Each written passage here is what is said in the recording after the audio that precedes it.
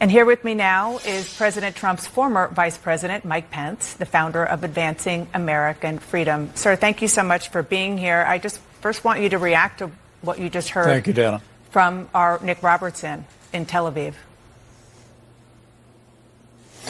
Well, I think what we're witnessing is that on Friday morning, the state of Israel sent a deafening message of resolve over the skies of Tehran that Iran will never be allowed to possess a nuclear weapon. And witnessing in the skies just moments ago, you can see the reason why.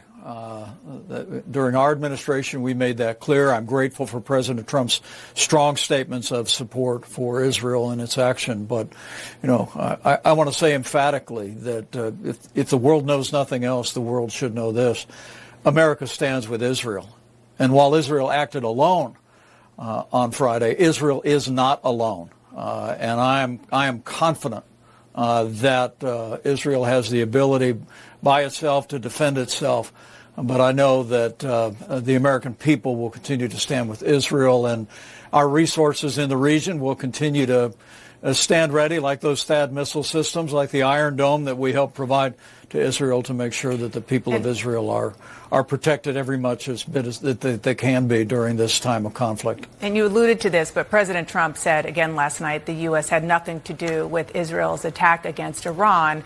He also said that he spoke with Russia's President, Vladimir Putin, and the two are agreeing that the conflict between Israel and Iran should end. Is that the right track, or should the U.S.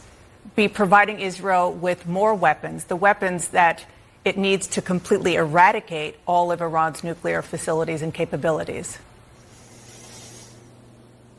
Well, as Vladimir Putin continues his brutal and unprovoked invasion in Ukraine using drones provided by Iran, I would say respectfully to the administration, we ought to be looking elsewhere than Vladimir Putin for advice on how to deal with this situation. We need to continue to provide Israel with the support they need. I also will say, though, I do welcome the fact that early this morning the president reiterated a statement that harkened back to 2019 in our administration. After we took out Qasem Soleimani, the president and our team made it very clear that there would be overwhelming response by the United States military if American lives were lost in any retaliation by the Iranian military. They fired rockets, as you remember, Dana.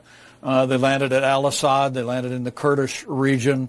There were injuries, but there were no American casualties or loss of life, and the Iranians stood down after that. But it was in that moment that the president made clear, as he did this morning, that there would be overwhelming force brought to bear on Iran if they put at risk American forces in the region, which, as you know, are in the tens of thousands.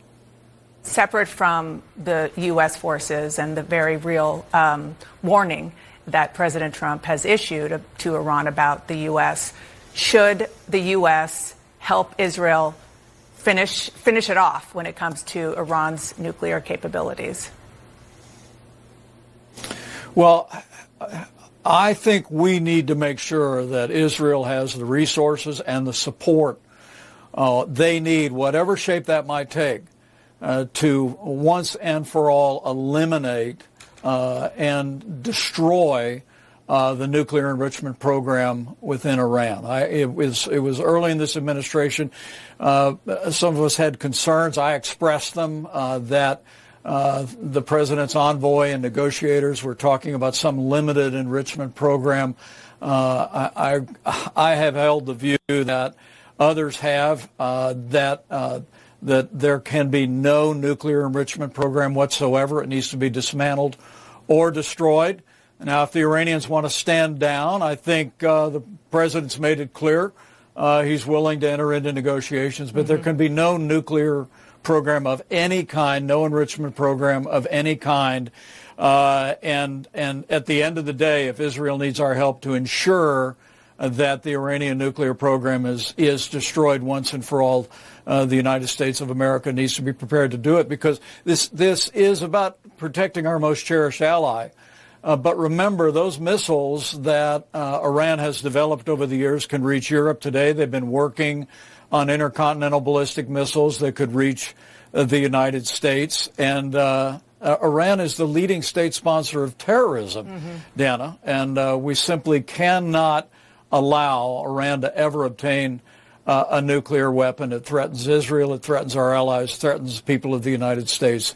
And we need to stand on that principle.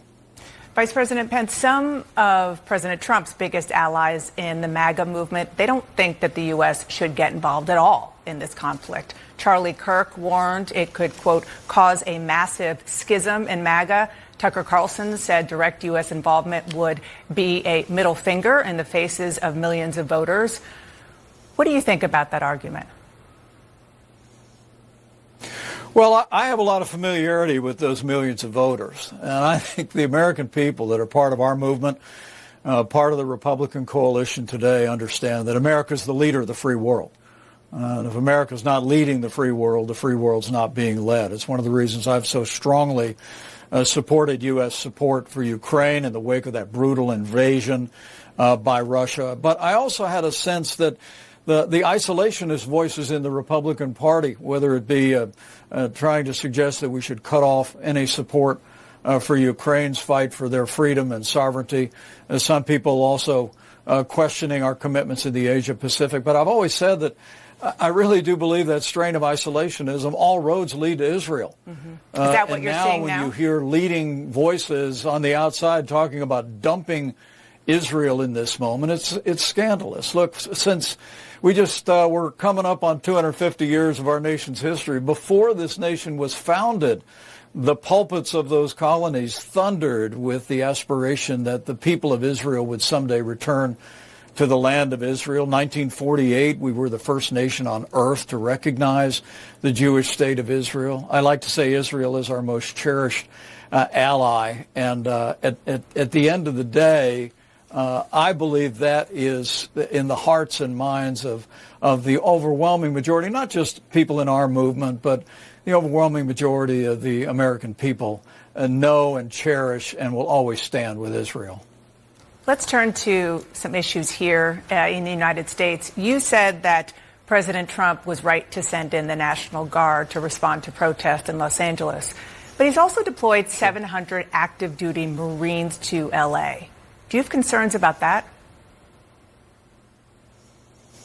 Well, I do support the president's decision to deploy the National Guard to Los Angeles, because as you could see in the days that followed, it wasn't just Los Angeles. Riots began to emerge in other cities, but I think a strong show of force, securing peace in the streets of L.A., sent a very important message all across the country.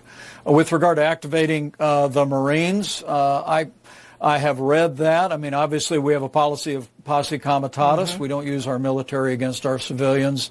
But military personnel are able to secure federal assets, federal buildings.